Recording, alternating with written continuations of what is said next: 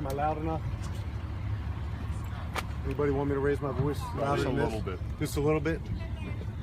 Okay, so not too long ago, earlier this afternoon, two detectives assigned to our intelligence section were driving down the street here, and they saw a young man with a firearm, or what looked like a firearm, in his hand.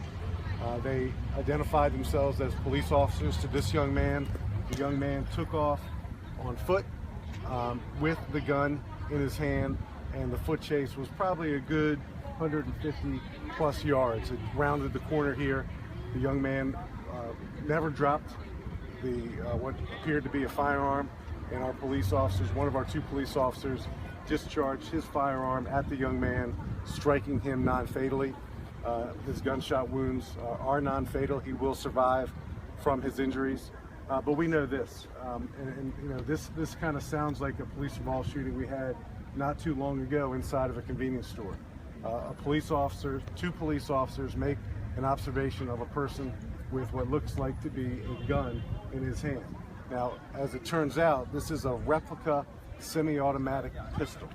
It's a replica semi-automatic pistol, and I looked at it myself today. I stood right over top of it. I put my own eyes on it.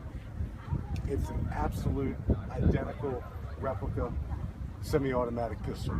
Those police officers had no way of knowing that it was not, in fact, an actual firearm. It looks like a firearm. The young man came out of his house, we know so far. His mom approached some police officers here, and she made an admission to our police officers that she knew that her son left their home with what she described as a BB gun in his hand. So we have from the mom to several of our police officers that the mom knew that her young son, a 13-year-old young man, left their home with what the mom describes as a BB gun in his hand. When our police officers see that young man with what looks like to be a gun in his hand, they identify themselves as police officers. They give chase. It's exactly what our community expects police officers to do when they see someone with a firearm. You go back 24, 48 hours in Baltimore, the last 24, 48 hours, we've had a significant spate of gun violence and homicides and non-fatal shootings in our city. So our police officers are doing exactly what we asked them to do. I'll take this moment and remind everyone that our gun arrests so far in 2016 are up an astounding 60%. So our police officers are out here and they're identifying people illegally carrying guns in our community. It's a 13-year-old young man. That's not lost on me whatsoever. You know, why this young man chose to leave his home with a replica semi-automatic pistol in his hand, I don't know. Why this young man chose to flee on foot when he was approached by two Baltimore police officers, I don't know. Why that young man chose not to drop the gun and comply with the officer's demands to stop, I don't know that either. Our CERT team, our Special Investigation Response Team, is out here. You know, we take these investigations very, very seriously in Baltimore. It's the most important investigation we do, is to investigate police actions in any police involved shooting.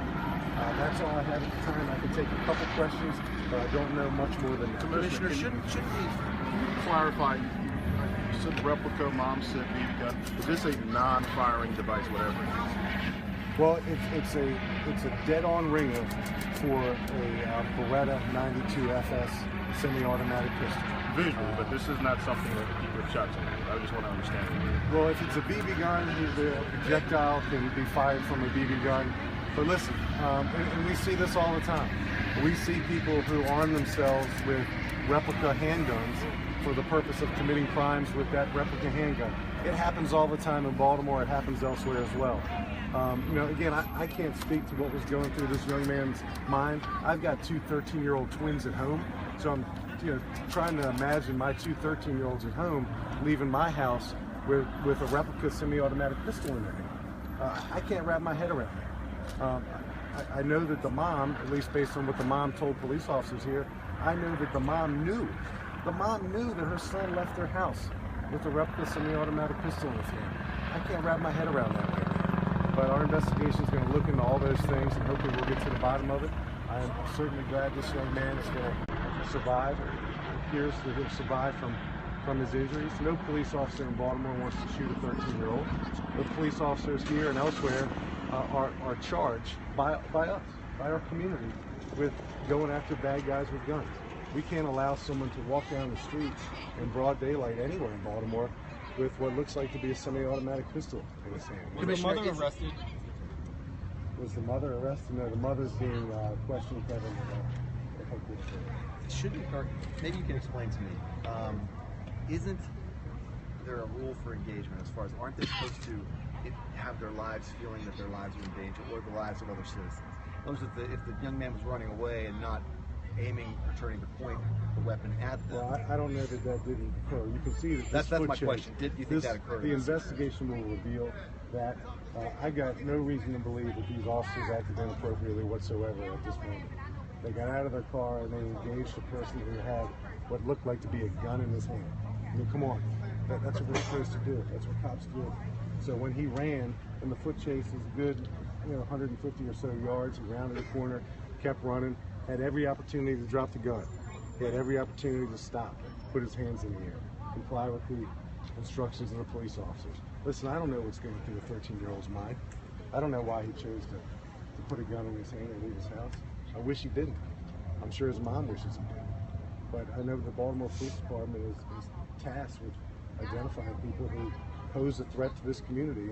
And I'll say this to our entire city. Anybody walking down the street with a real gun or a replica handgun in his or her hands poses a public, please don't put any words in my mouth, poses a public safety threat to our community. Okay? Do you know where he was shot, the young boy? Where on the body? I think in his lower extremities. How many times? I'm not sure. And Commissioner, you said you had a chance to look at that gun? I stood right over top of it. Can you show us? And I've been a police officer for 25 years, and there's no way on this earth that I could tell you from looking at that gun that it wasn't real. It is a dead-on ringer, semi-automatic pistol that resembles a Beretta handgun. Do you know how many shots were fired? By the police officers? No, I do not. Today is an anniversary. Can you talk about that? I'm sure it's not lost on you. No, it's not, Kevin. And listen, today's an important day. I just came from an event in West Baltimore. I was earlier today over at the dedication of the senior center that was burned down just a year ago today. But the job of police officers here and elsewhere goes on. Police officers don't take days off. We're constantly tasked with responding to the concerns of the community. Public safety never takes a day off. But it's not lost on me what April 27th means to this city and what it means to this police department, what it means to me personally. So I wish I wasn't here describing to you all what appears to be a very unusual circumstance of a 13-year-old young man making this decision to leave his home with a replica gun in his hand. I can't explain that to you, and I'm not sure I'll ever be able to fully explain human behavior to anyone. But he made that decision. His mom, again, appeared to absolutely know that her son left the house with what she describes as a BB gun in his hand. I don't know what was going on. I don't know what prompted that young man to do that. I wish he didn't do it. And I wish I wasn't standing here describing a 13-year-old young man being shot by police officers. That's, I think you said, were these marked units? Uniform marked? These are intelligence detectives. They were plainclothes, and they drive an unmarked police car. Did they have police vest? Police black vest? I can't fully answer that right now. That's going to be something that when we know the answer to that, we'll answer like we normally do. When we have a follow-up press conference like we normally do, because transparency is so important to our community. That replica firearm will be at a table right in front of me for you guys to see. There were two officers, but only one shot. Is that correct? Yeah, two Banner gave chase, and one of those two discharged his firearm. We talked to some folks in the area who described a very intense encounter with who they believed to be the mother of the young man who was shot. They believed that she was arrested. You said she was taken in for questioning.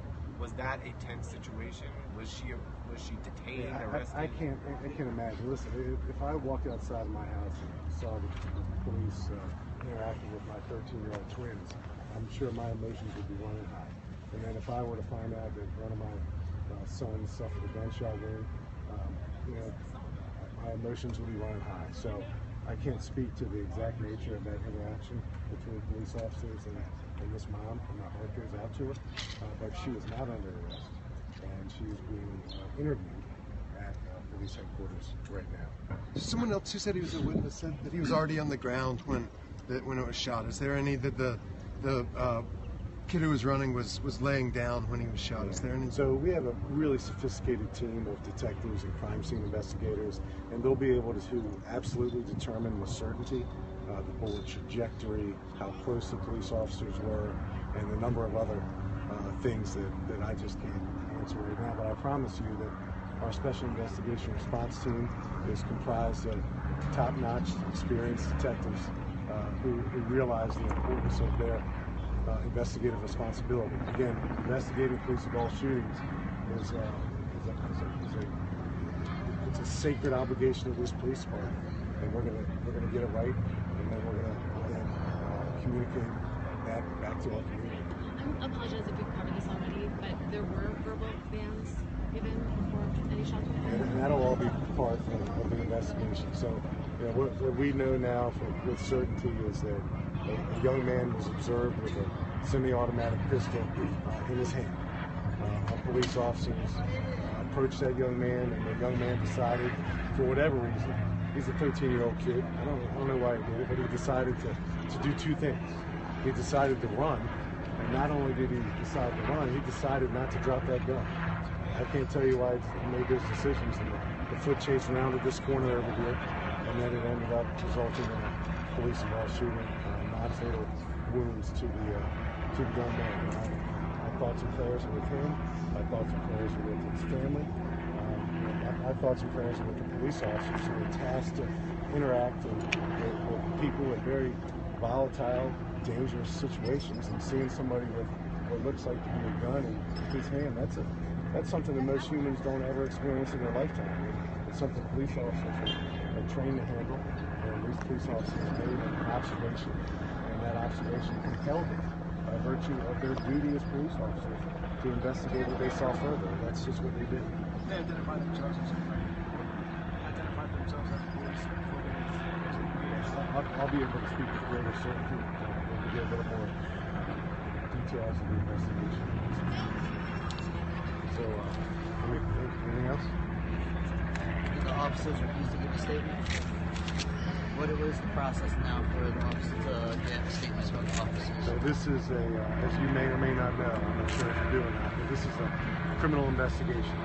Anytime a police officer discharges his or her firearm at another person, whether it strikes the person or not, it always starts as a criminal investigation, and we work in close partnership with our state's attorney's office.